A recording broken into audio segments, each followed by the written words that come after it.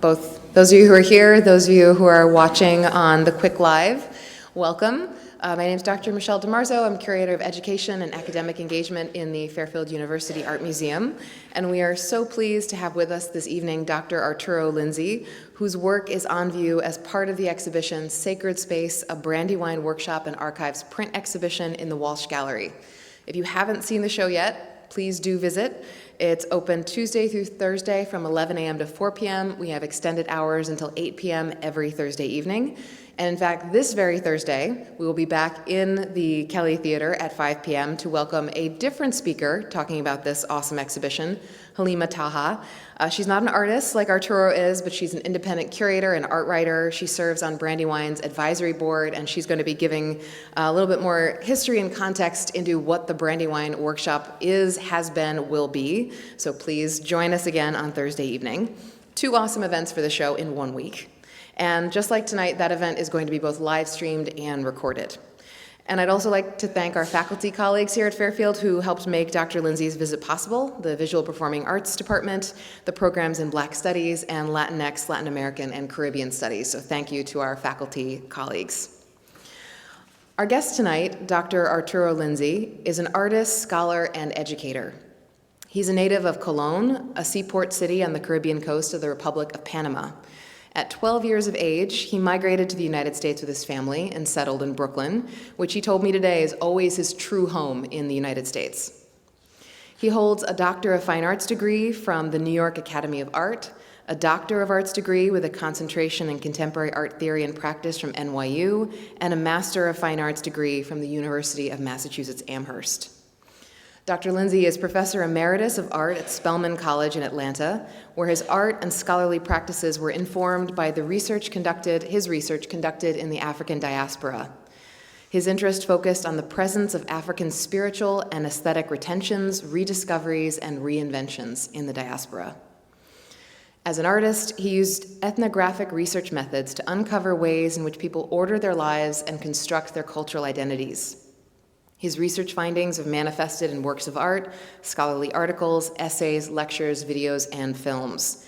He's exhibited in over 40 solo and 90 group exhibitions, and has produced more than 40 art projects, installations, and performance art rituals in national and international museums, galleries, and outdoor venues. He's also authored more than 20 scholarly articles and essays on contemporary art and aesthetics in the African diaspora. He's also the editor of Santeria Aesthetics in Contemporary Latin American Art, a pioneering text that explores the legacy of the Yoruba aesthetic from antiquity to contemporary art theory and practice. And since retiring from Spelman in 2015 after 25 years of teaching, he has continued to be active in his studio, 5 solo exhibitions, 3 group shows, as well as writing, directing, and producing the film Arte Congo, which documents a unique Afro-Panamanian contemporary art movement. And that film will be premiering at the Brooklyn Public Library tomorrow evening. So if you're going to New York, you can check that out. But in the interim, please join me in welcoming Dr. Arturo Lindsay.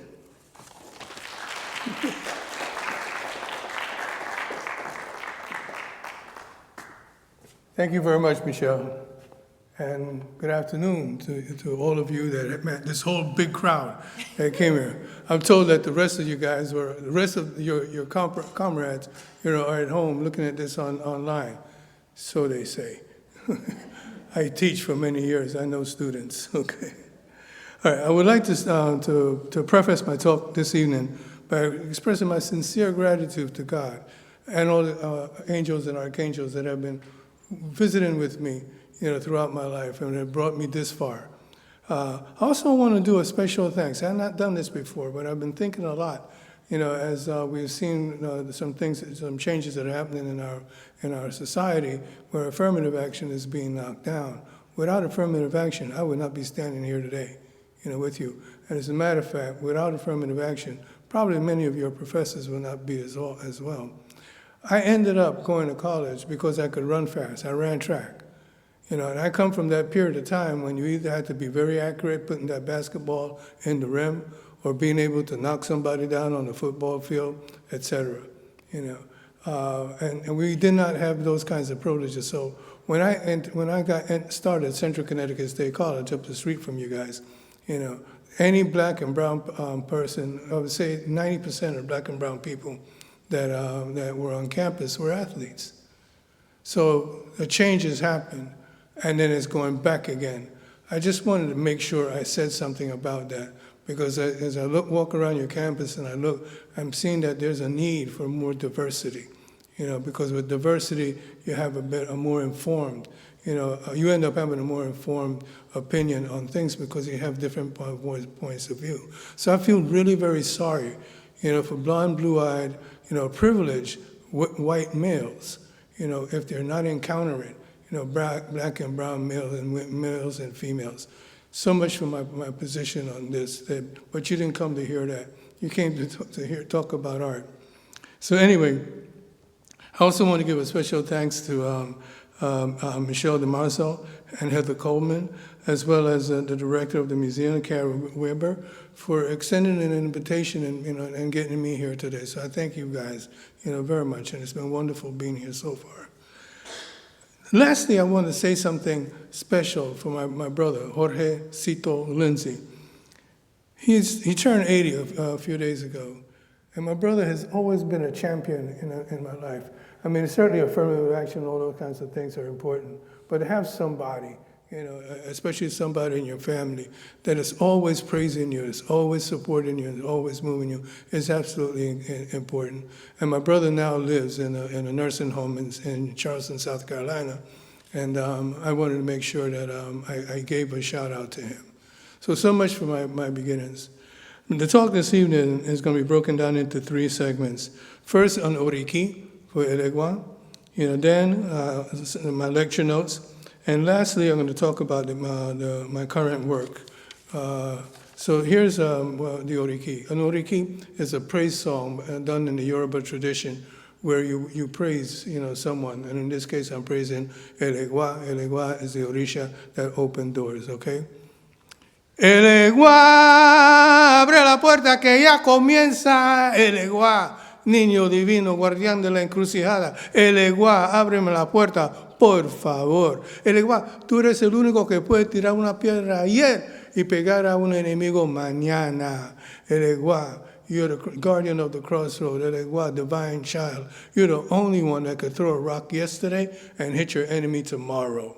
So you see, Elegua is a powerful Orisha.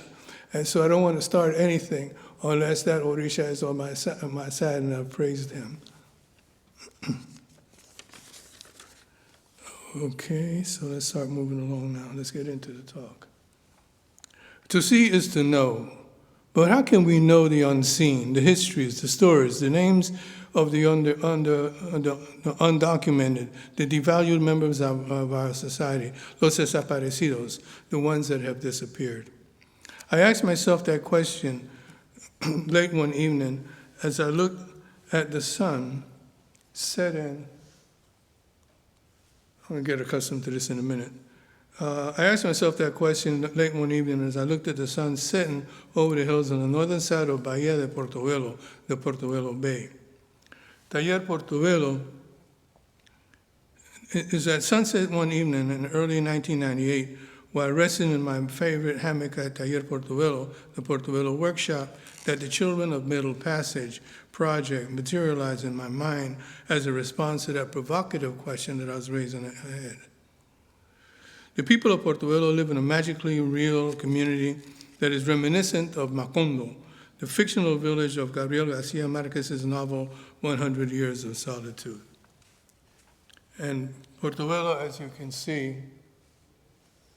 is here. It's on the northern side, it's the Caribbean coast, of Panama. This is the Caribbean Sea, here. The people of Portobelo live in a magically real community that is reminiscent of Macondo, Gabriel Garcia Marquez's fictional location. The evenings are magical in Portobelo as the sun sets over the hills on the northern side of the bay. On a clear day, when the bay is calm, the early evening rays of the sun create an enchanted palette of luscious blues with hints of lavender and that appear to be floating on the surface of the bay. My favorite hammock faces the ruins of a dock that was at one time the first encounter with tierra firme. There's a dock, whoops.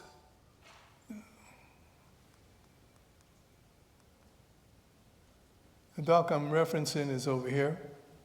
Okay, and you see the sailboats. Still today there's a great deal of sailboats that come to town.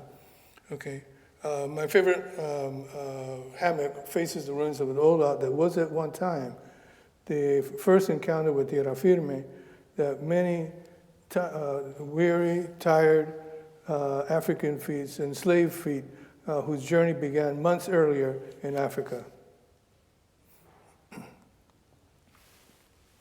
Approximately 300 meters from my studio are the ruins of that colonial dock on which the enslaved Africans entered Portobello between the 16th and the 19th century. And you can see the steps are still here. And this is the dock I'm making reference to. This is the ruins. So this led up, to the entrance where they came in to town. And there was a fort down this way where some enslaved were kept, and further down here. You see what I'm saying in terms of living in a magically real world. Things of 3 and 4 centuries, before with horrific history, are still present, within the town. But there's a great deal of hope and beauty as well. At dusk, when fishermen are returning home, their silhouetted bodies painted on the evening sky provide an eerie reminder of the enslaved arriving in Portobello during the colonial era. At moments like this, one can easily imagine black bodies of African women, men, and children, hands bound, feet bent, feet shuffling, moving across the docks, entering town. The imagined images of these black bodies captured my attention, but I wanted to know more. I wanted to know their stories. I wanted to know the stories of those too weak to make the journey on foot from Central Africa to the coast, of the sick ones. I wanted to know the stories of the crippled ones that were left behind as food for predatory animals that always followed the caravan of abducted Africans in the rainforest. The ones that made it to the coast but perished in the barracoons in Africa. Of los desaparecidos, the ones that disappeared, the ones that never showed up. Those that died during the voyage in the Middle Passage. I wanted to know the stories of those that did not disembark. The silence of their absence was disquieting. Lying in my hammock at sunset that evening in June, I began to meditate on the souls of los desaparecidos. I wondered if the light on the surface of the bay was coming from a powerful source below, as you can see here. What I'm trying to point out here, as you've seen, the light. I mean, we could understand all of this stuff intellectually, but in a quiet town where there's no street lights, if there isn't much more illumination, it's a really eerie feeling, that you get. So that I got anyway.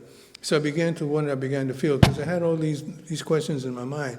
What happened to these? What happened to the souls of all these people that disappeared in the Middle Passage? And so, with my mind, sometimes run away on me.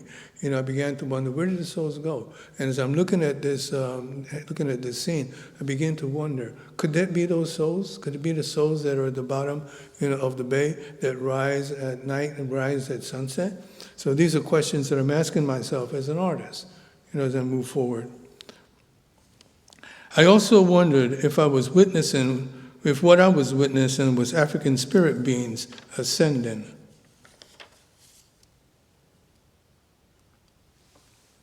That evening, I began sketching anonymous portraits of children, then teenagers and young adults.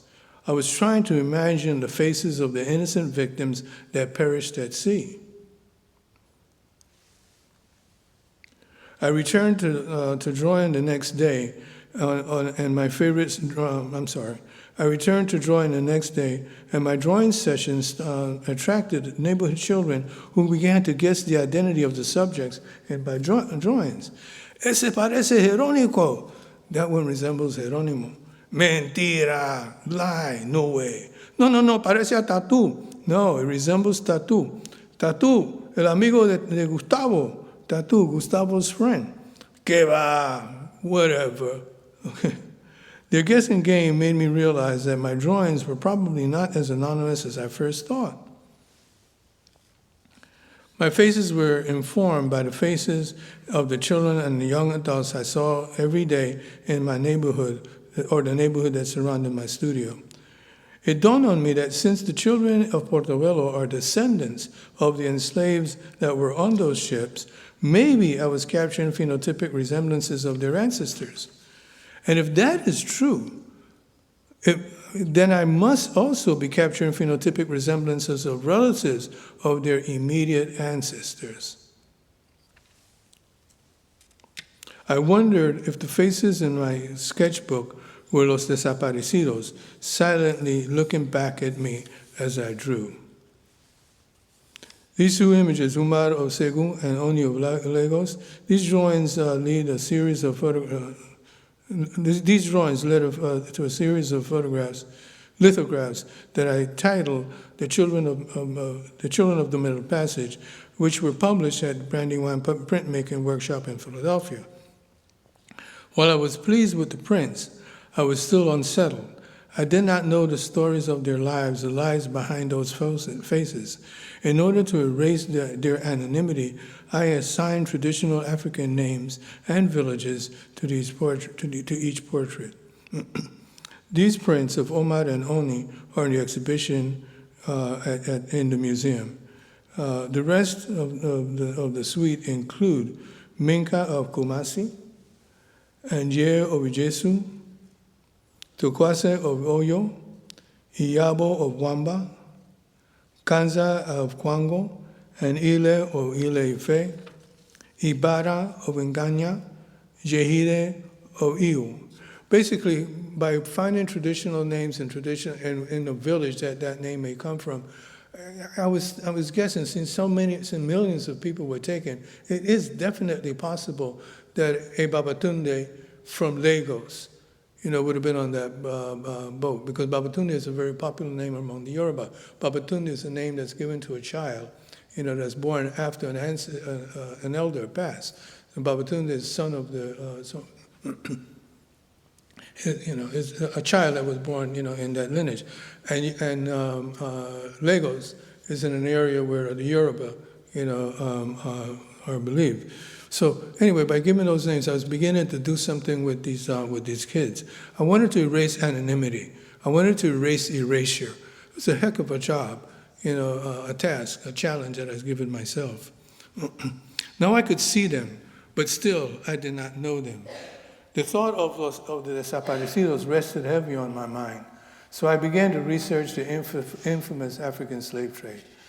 My investigation led me to collecting primary source material along with oral histories. It led me to reading the diaries, notebooks, and logs of sea captains, doctors, and sailors that worked on slavers. I also conducted research in the libraries and archives in Colón and Panama City, Panama, Havana, Cuba, Seville, Spain, and Charleston, South Carolina. A clearer picture of the desaparecidos began to materialize. My study of the transatlantic slave trade revealed the complexity of this enterprise. Not every abducted African was blameless. There are documented historical accounts of African monarchs, major slave traders, who also became enslaved. Surely they were not innocent victims.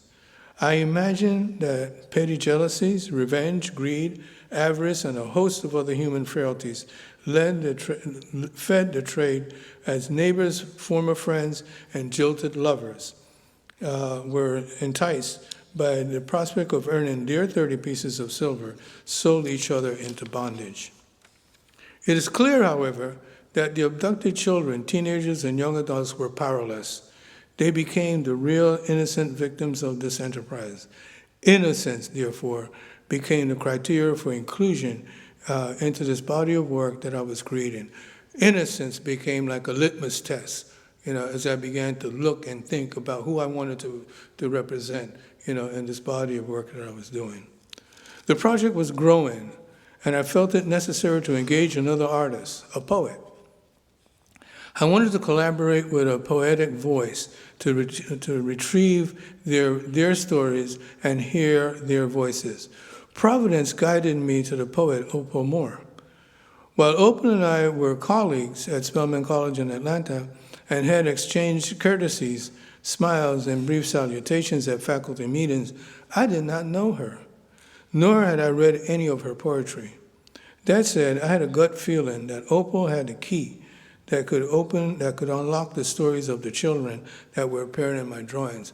I can't explain this too well. Bottom line is, there was something about Opal, that connected, and when she tells the story, she says, there was something about Arturo, that connected. We did not know what this was until we get together and began to realize that we were two parts, of a project, two parts of a body.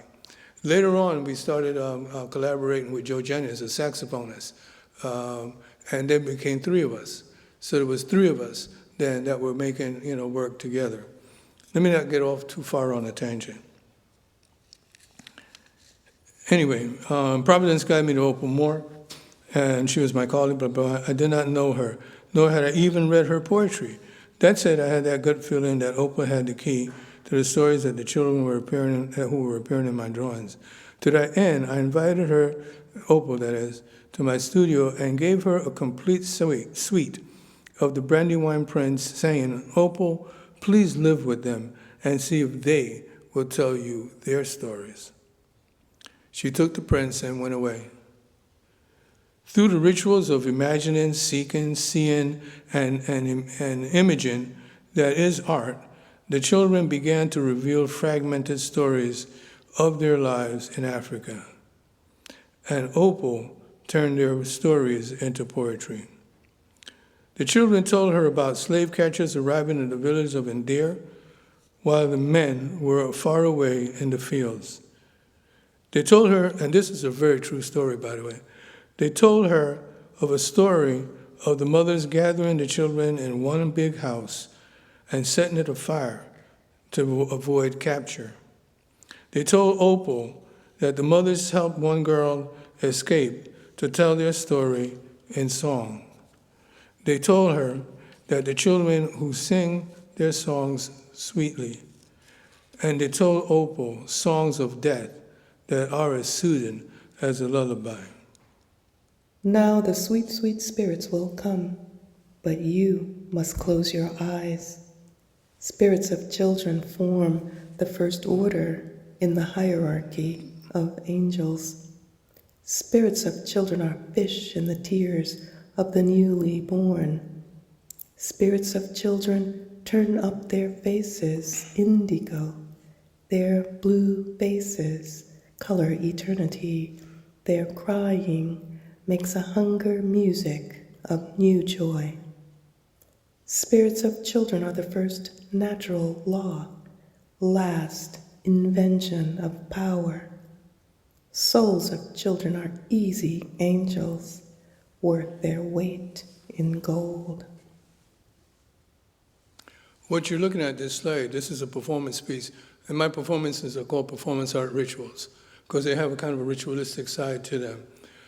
We had one of our colleagues, build a frame of what we would consider, a slave ship, and we filled it with our students, neighborhood people, faculty, anyone and everyone. But what we did, and this project was called the Delfina Project.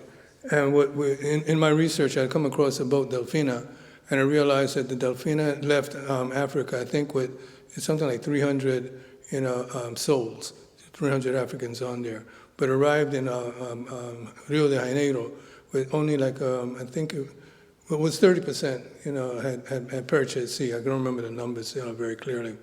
So what we did is we had the kids, some of the students and young people dressed in black, and some were dressed in white. And what we did was when Opal read the name, of someone, we made it an assignment. we had each student that was going to participate, every person that was going to participate, had to have a name. They had to find a name, a traditional name in a traditional village. And so when Opal, called, got to a place in her poetry, what you heard is just an excerpt. I hope she doesn't kill me when I get back to Atlanta, because I had to cut a little bit of her poetry down. But anyway, when Opal called a name, if that was your name, you would stand up, and if you were wearing black, you would sit back down. If you were wearing white, you'll get off the boat. And you see the students, laying on the side of the boat. And what they did is they created like the waves of a boat. All this was choreographed well because, and I love collaboration.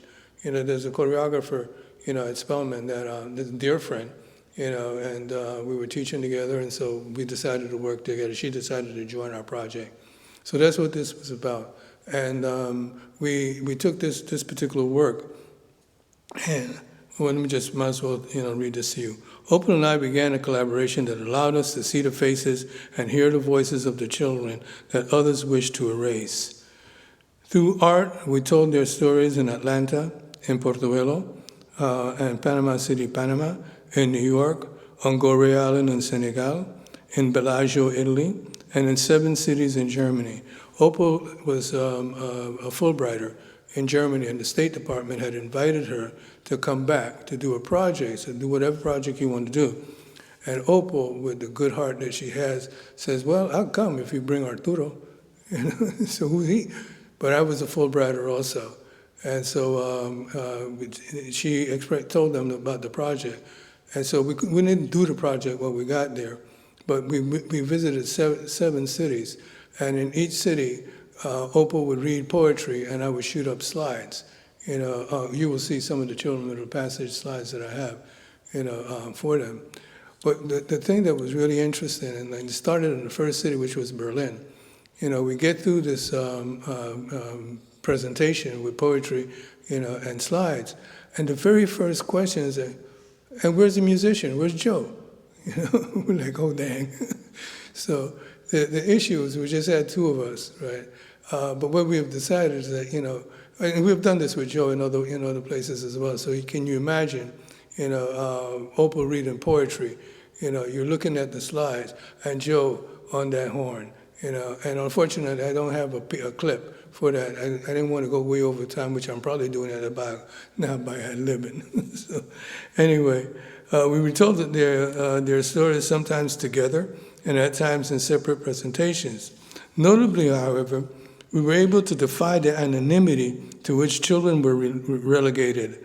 Our children now had faces, names, hometowns, and voices.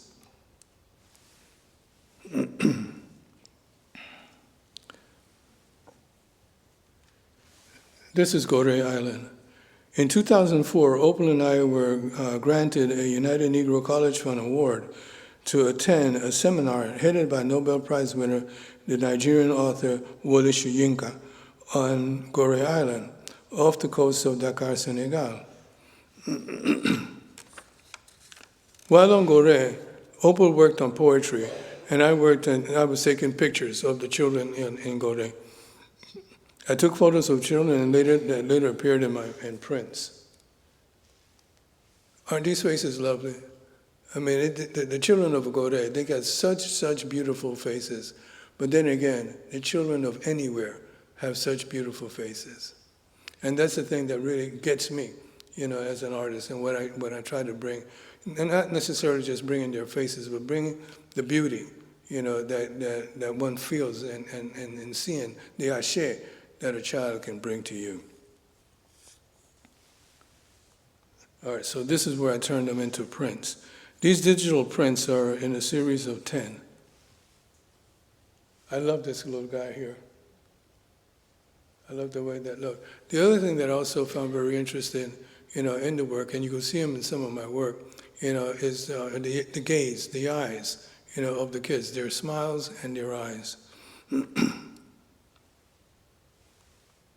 Okay, this is Kamau doing an interview. The guy on the left here, on your left, Jose Chandler. Jose and I are part of 7 guys that survived Brooklyn. When we were 14, 15 years old, heroin was really rampant in the city. So was, black on black crime, so was gang violence, so was, police brutality, everything that you know about today, in some urban communities. Anyway, 7 guys got together, and I don't know how, because Cito and I, my brother and I, came in a little late. I don't know whose idea it was in the beginning, but it was about peer pressure, positive peer pressure. So what we decided is that none of us were going to die of drugs because we would not allow it. That was not acceptable. None of us were going to flunk out of school because on the way to take your report card to your parents, you had to show up at club meeting and show it to the rest of the guys. These are your boys, So this is your peers. So we backed each other up in such a way that we avoided, some of the dangers of the city. We also had a nice gig. What we did on many times, especially in the summertime, on Friday nights and Saturday nights, we would give parties. And these parties would be like a 99-cent party. I don't know anybody. There's a bunch of kids. They won't know any of that. I don't know anybody from my generation remember the 99-cent parties. Okay, but anyway, we gave 99-cent parties, and then we'll take on Sunday we'll collect to see how much money we had. And we'll buy tokens. But back then it was 15 cents a token. In New York. But what we did is we started taking kids out. And it started when one of the Cynthians was talking to a kid, and the kid was, and he mentioned something about the Atlantic Ocean, and the kid said, "Where's that?" And it's like, you take the daggone subway, man. You take the train and you go on out there to Coney Island, you're going to see the sea. I'd never seen the sea, the Hudson River, had not seen it. This is just, unspeakable, okay? So what we decided, we'll do something about it. We weren't waiting for anybody else to do something, so we collected money, grabbed the kids. We collected money by partying, okay? Grabbed kids and took them on out to where we had to go. The Statue of Liberty, the Empire State Building, etc. That's what we did as Cynthians. But it also bonded us together, as friends, and we had each other's back, And so the question is that what was the result of all of this? We survived Brooklyn. Not one of us became a junkie.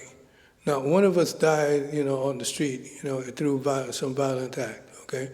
Not one of us, thank God, God really worked on this. She made sure that not one Cynthian died in Vietnam. Half of the group went to Nam, the other half went to college. And but none of us died. So we've been able to survive. So here's Kamau, Jose's grandson, and Kamau decided to do an interview, with us. Make me real proud, right? Here's a boy going to be doing some research, and he's doing research on us, And the first question he asked was, "How did you guys survive Brooklyn?" Okay, and so that was something that meant a lot, and we did this. We did these interviews with Kamau. Oh, the Cynthians was a positive peer pressure. We played Scrabble. We played Bidwiz. We did all this stuff. Let me not go through all those details here. Anyway, in 2013, 17-year-old Kamau Chandler, the firstborn son of my godson, Sheo Chandler, was murdered by another 17-year-old boy, black boy, on Fulton Street in Brooklyn, New York. Why did a Cynthian's grandchild not survive Brooklyn? Became a question that was tearing at me and tearing at all of us. How could we have lost, Kamau? And it's kind of a heavy question to raise. And it's like, you're powerless. Kamau was coming out of a party, with a couple of friends, when this guy brushed against him. And I guess the guy didn't like the fact that he didn't say, "I'm sorry." And he pulled out a gun, 2 in the chest, 1 in the head.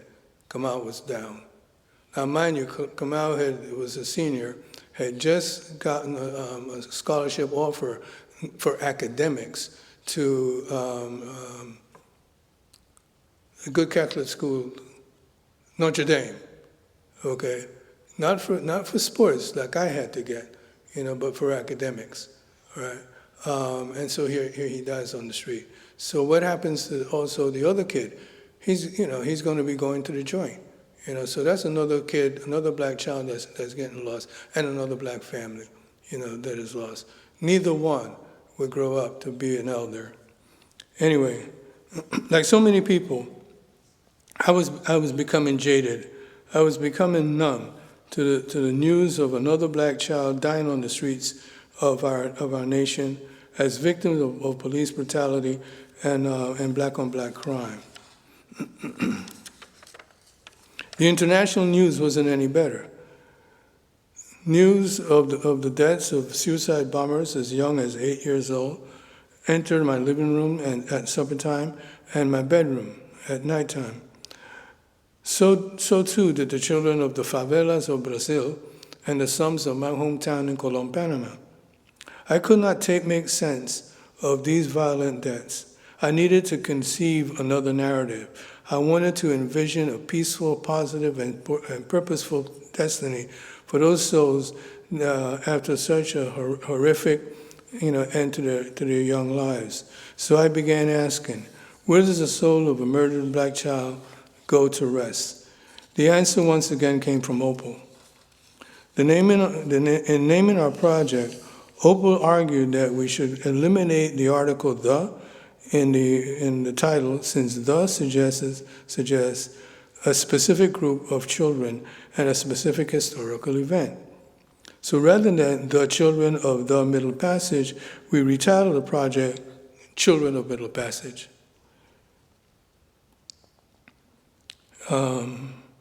According to Opal, quote, "Neither the visual art project nor the poetry assumes, and as does history, that our passage has ended."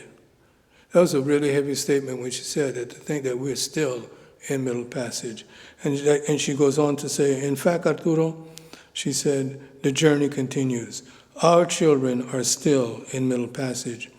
In response to this reality, I created several series of paintings, drawings, performance art rituals that live in a meta-real world wherein the spirits of murdered children are restored, reincarnated, and returned to the natural world as exceptional healers, educators, artists, scientists, philosophers, and socio-political activists on a mission to improve the human condition. Let's not forget that God has a sense of humor. She may decide that a murdered Palestinian child's soul may become incarnate in a Jewish child born today in the Upper East Side of Manhattan, or the spirit of an Israeli baby may return as a Palestinian child in the Bronx. Who knows? We're just spirit beings temporarily inhabiting the bodies we have today. I will end my talk this evening with a survey of my work and just talk about this probably more directly. Tupac Shakur, in one of his songs, talks about, he raises the question, why does, and fill in the blank, different child's name, they'll come in. So in this case, you see, we have, why did Quaid have to die? This is an acrylic on canvas painting. The dimensions are 53 and a quarter by 31 and a half inches. You will notice that in much of my work, they're done in series. I think of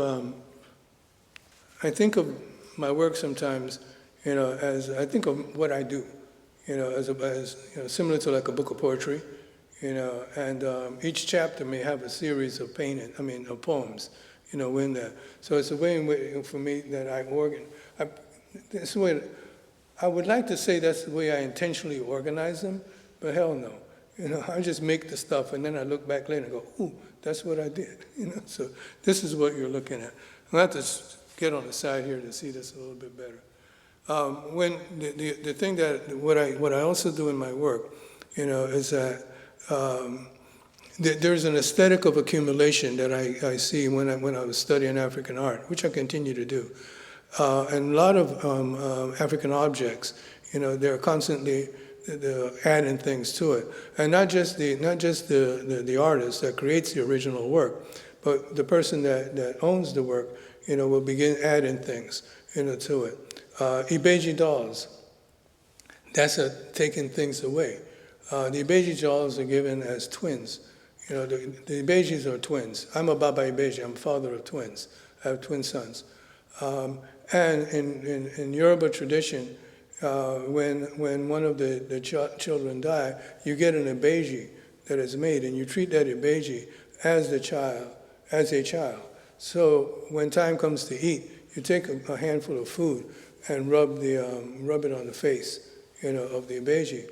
Many of you may see Ibejis in stores and museums, etc. I don't know if you have Ibejis in your collection. It would be worth thinking about. They will, will start rubbing it. So you'll see some they're wooden sculptures right there, generally about this size, and you see the faces are worn. Everything else, on the body is very active, very clean, etc. But the face is worn. But even the items that are on the Ibeji, it could be like a birthday. You get a necklace. You put it on. You do something where you treat that. You venerate that sculpture. In other words, the way that I think of veneration, and I realize I'm in Catholic school, so I have to be very careful. Okay, is that you don't pray to the object. You pray through the object. The object becomes a doorway. So when you're doing this child that came into the world and went back, you're feeding that child. You're still in communication. You're still dealing with that child. So the child is not dead. The child continues to live in another plane. So you see how this kind of stuff influences the work that you see me doing and working on the children. Anyway, so in all of the paintings that you've seen, well, mostly I would say, you'll see where I begin adding things. I don't consider myself an African artist, and I don't consider myself, making, religious work, But it's work that borrows the aesthetic that's found, in religious objects. That's where I go.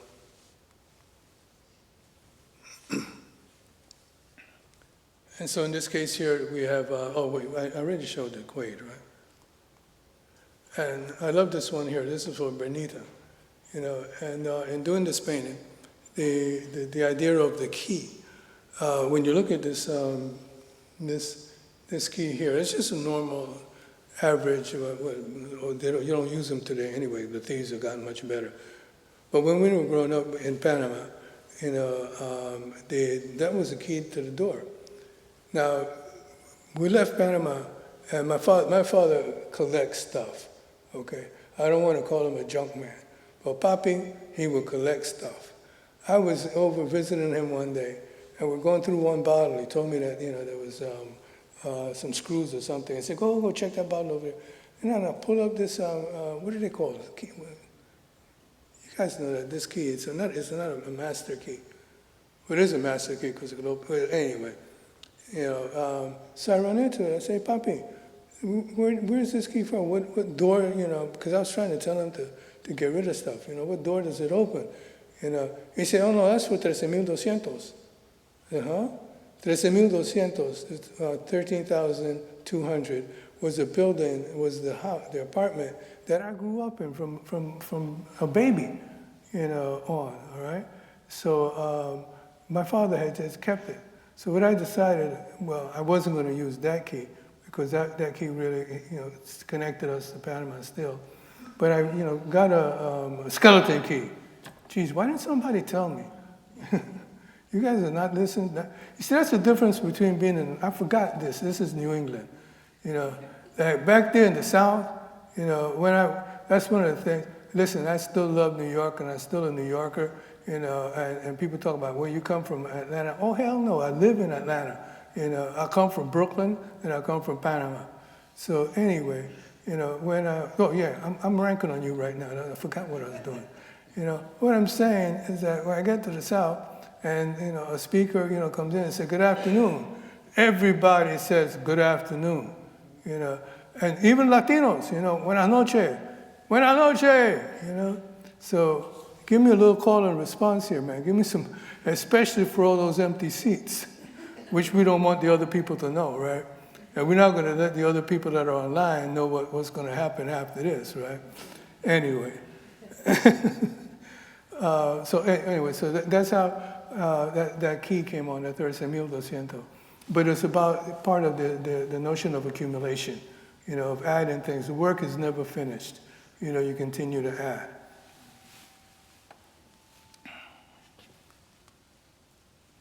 Here's another one, acrylic on canvas with gilded triangles. All right, so this is, we entered in my chrysalis series. There's, when we think of butterflies, we think about the eggs, first, that are how butterflies begin, through eggs, right? And then, you get up into a caterpillar, and then it goes into a chrysalis, and out of that chrysalis, a beautiful butterfly would come. When I, started paying attention, I've always loved butterflies.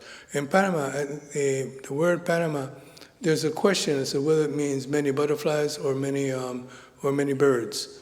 But in both cases, there's a tremendous diversity, of flying animals or flying insects.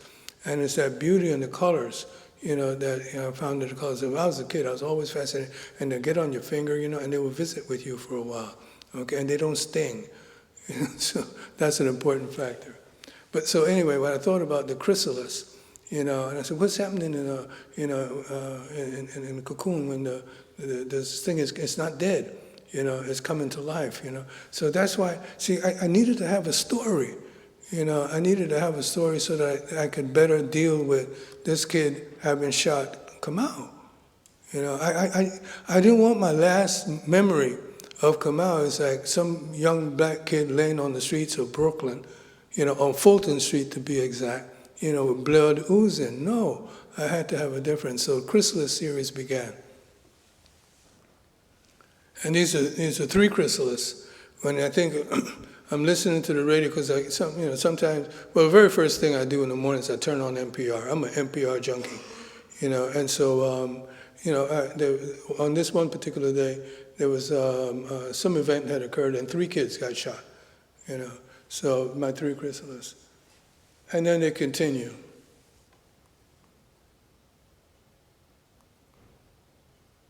Sorry, this one's a little out of focus.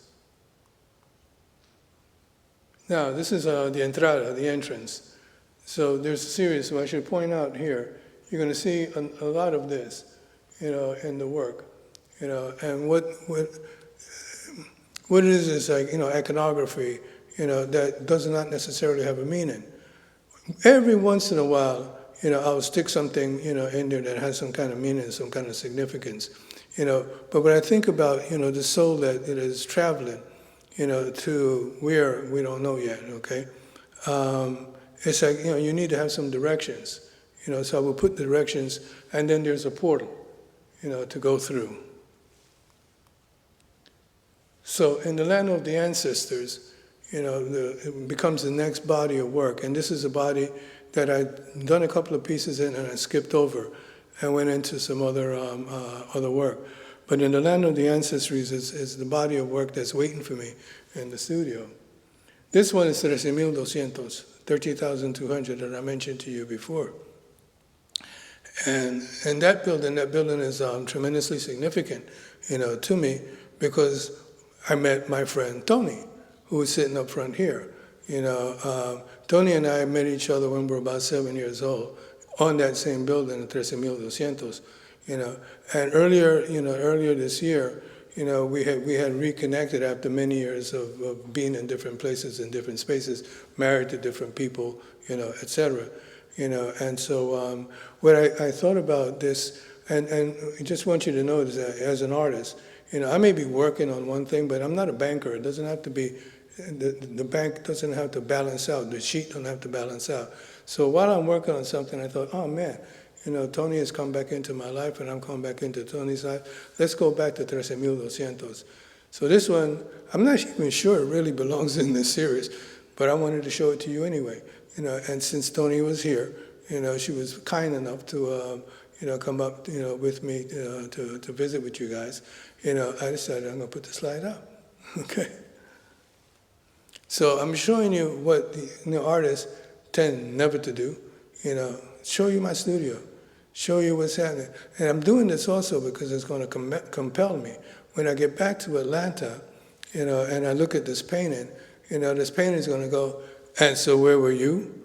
And so I was in New York, Yeah, you were with that film, that other one, And so I have to get back to the studio. I have that film, screening, tomorrow. Once I'm finished that, I'm going back to Brooklyn, back into the studio to get some work done because I have to travel again. But just for your information, I'm very proud to say that my film, Arte Congo, has been accepted in the Cuba Biennale. So I'll be flying down to Havana, Cuba on the 15th of November to screen it on the 19th. Thank you. Thank you very much. So this is another one. And I play around with titles as I go working because I'm thinking now, the land of the ancestors. Now, mind you, what I'm thinking in the beginning is that some kid has been shot. Some kid was violently murdered. Okay, so I'm looking for a transition, but I want to get to that place where it's an easy transition. So, the children of Middle Passage, going back to what Opal was saying, we're still in Middle Passage, but I want to make this a little softer and easier. So this child, when the child goes through that portal that you saw earlier, and there's about 5 or 6 paintings on portals right now. So I don't know what this is. I don't know if this is like sunrise in the land of the ancestors. I don't know if the painting is finished. I have no idea because I have not been able to give it the appropriate, time and energy. This one, I was in Cairo, not Cairo. It was Egypt anyway. I was down by the sea, and I looked up and I saw these really big. It's a completely black sky, right? And then I saw these. I guess they were stars, but they were a lot larger than I was accustomed to seeing, And I thought how beautiful they were, and I thought about you could have more than one star, and you could have more than one moon, In the land of the ancestors, I have no idea what's there. But the other thing that's going on here is that I love to play with color, The problem with doing, these color-filled paintings is Mark Rothko did not leave a lot of space, The boy did so much work, and he was, so prolific that every time I think I got a damn good idea of combining colors and stuff, I go to check Mark Rothko. I have several books on him to see, and the internet, and I'd be damned if he hasn't done it already. I'm going to start ignoring doing the research, just say, the hell with it, and go paint. Here's another one. These two live in my bedroom right now, so I see them at night, when I'm going to bed, and I see them first thing in the morning. The Returning Angels series, this is work in progress. So I have a portal now coming in. Now you heard before when in Opal's poem, the spirits of children are the first in the hierarchy of angels, and that line really struck me, and it led to doing this painting, and I'm pleased to say that Opal collected it. It's in her collection now, so I'm happy that it's in a good place. But here come the kids, Blue girl, spirit being.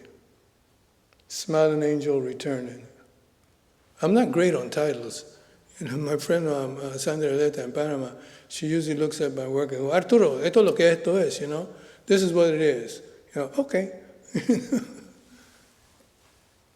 Now, this is Ngozi. Ngozi is my non-biological grandson. And so this is a portrait of him. And I swear, it really looks like him. But do you think the boy will give me some play? He'll come to the studio, I used to have it in my house. It's now in a collector's house in Minneapolis, right? But, Ngozi will come and say, oh, girls, who do you think this is about? I don't know. Say, Ngozi, look in the mirror, man. Yeah. Who do you think it is about? I don't know. Don't you think it looks like you? No. I said, why are you doing that? I said, abuelito, I don't think so. I figure, okay, I'm still his abuelito. Works in progress. As you notice with the prints, so I'm bringing this back around. The prints that are in the gallery. I'm a colorist. I love color, and in fact, one of the ways in which I can better see color and deal with color, is by going into a black and white period, and sometimes just a white, sometimes just black, but I prefer kind of black and white, and I like line. And so I like to be able to see that. So, and I like design. So all of these things, begin to come up. So in the work that you see following, it's about what I am looking at. And by the way, just to let you guys know, I'm walking out of here. I'm stealing something. When I was up in the, I'm sorry, what's the other space? The Brandywine Hall Gallery, okay. There is a small print. It's a Rembrandt, I believe, right? You know what I'm talking about? With all that space that's there. And I was telling Tony, one of the things about it, and what I love about the presentation, I know this is a tangent. I'll get back to my work. Then I'm going to give you time to get out of here also. But, what I love about it is that, what the purpose of a frame and a mat is to say this is what it's not, because this is what it is. So you have to get your nose right up on it, get real close, looking at it. So I'm thinking, I'm not going to make them, I'm not that bold. I'm not going to make these guys that small. But I'm thinking about making them small, but putting them in a larger frame. I'm thinking about doing a series of 5, by 5. So I'm walking out of here looking for a new place to put some of my children. All right, I'm going to end now with a work in progress, which is stories from my grandchildren's grandchildren. I'll try to make this fast. I have Panamanians, Afro-Antillanos, Panamanians of Antillean descent, have a unique history that you don't find in many other places. My 4 grandparents were born in 4 different Caribbean islands. One of the grandparents that was born in Grenada, at Barbados, grew up, went to Grenada, because his mother was ill, but then his mother died, and his brother was in Panama, came and picked him up in Grenada and took him to Panama. My great-grandfather was born in Scotland. That's why Lindsay is spelled with an A. Lindsay with an E is them other guys, okay? But Lindsay with the A is who I am. So what I've decided to do, is do a project that deals with them. And this comes into being because I used to take my grandchildren, Mila and Isaiah, on the weekends. We used to go to museum. I used to take them museum, to museum exhibitions and to galleries, etc. on Sundays. But in the car on the way, I would always tell stories. So Milo one day says to me, Abuelito, do you think I'm going to remember the stories that you told me, when I was a kid? And that knocked me out. I said, okay, Mamita, I don't know if you're going to remember them, but what I would do is to contribute, I would start writing stories. So I'm writing stories for my grandchildren's grandchildren. And exactly how it's going to end up, I have no idea. Are they going to be prints, photographs, video? I have no idea. But obviously, I'm a storyteller. My friends call me, some of my friends say I'm long-winded. My real friends said, Arturo, you're a storyteller. So that's who I am. Muchísimas gracias a ustedes.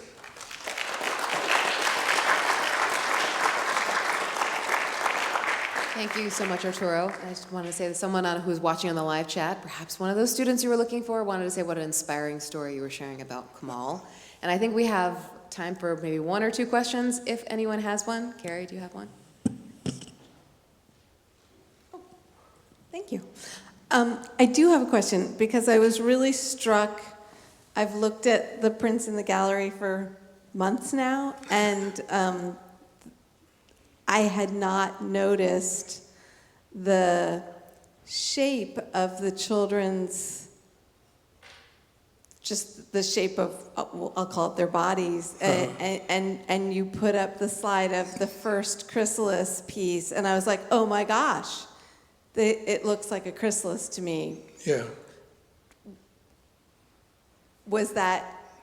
Did the chrysalis come from that, or I'm sorry, I'm not asking the question well, but do you feel like the children of Middle Passage, those children's bodies, did that feel like a chrysalis shape to you as you were creating them, or when you went to create the chrysalis pieces, did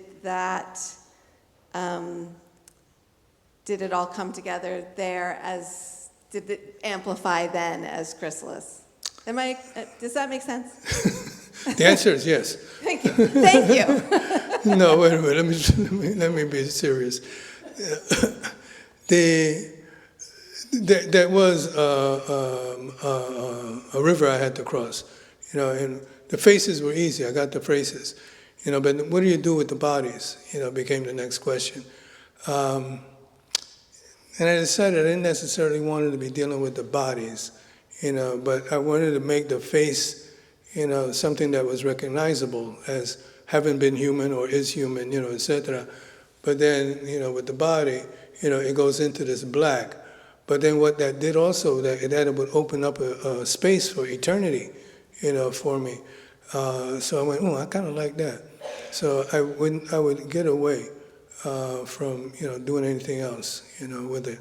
The most I would do is try to get some energy, moving on the outside, and that's not always that easy, to do. So that's about it. That's the best I can do. Okay. Any other Thanks, questions Gary. for Arturo?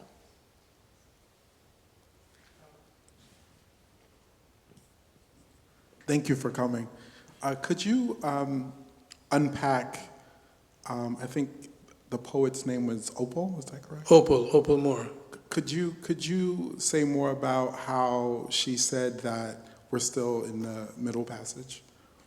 How she said? I thought you said that she said that we're still in the Middle Passage. Yeah, we're still in the Middle Passage. Could you say a little bit more about that? Yeah. Thank you. He got, first and foremost, besides being a phenomenal poet, okay, Oprah was one hell of an intellectual, and I would get asked that question because sometimes I'm going to give a lecture somewhere, and someone would want to change it, because I have children of Middle Passage, they want to put the and the. And I go, so I was talking to Oprah, I said, what's the short version I could say, to people? And what you got in the lecture was a short version. And what she was saying is that to say the children means that we're talking about specific children. Of the Middle Passage, we're talking about a specific, Middle Passage, and in this case, the slave trade. And what she was saying is that this is, it continues to happen. Our children are still being murdered. Our children are dying. They are in Middle Passage. We are in Middle Passage. When I think of my grandsons, my great-grandchild, and now I have a great-granddaughter, I think about her little life, it's still in, there's still danger. It's you know this, as a person of African descent. I hate to, point you out right away, but I don't see anybody else in the room, bro, so I got you, okay? You know what happens when you're driving your car, and you look up and there's a police man behind you, and let me back up. Let me not talk about, I don't know you, so let me lay this on you. When I am in a car and I'm driving, especially if it's at night, and I look behind and I see a police officer, even if the lights are not going on, I get to panic, and I start looking for like a gas station, I start looking for a place to park, I start looking for stuff to, to just get off the road. And I'm thinking, wait a second, I'm old as hell, right? So I got age privilege, right? Added to that, I'm light-skinned, man, So what am I worried about, And I'm a man. But that necessarily is not a good thing, if you're encountering a cop.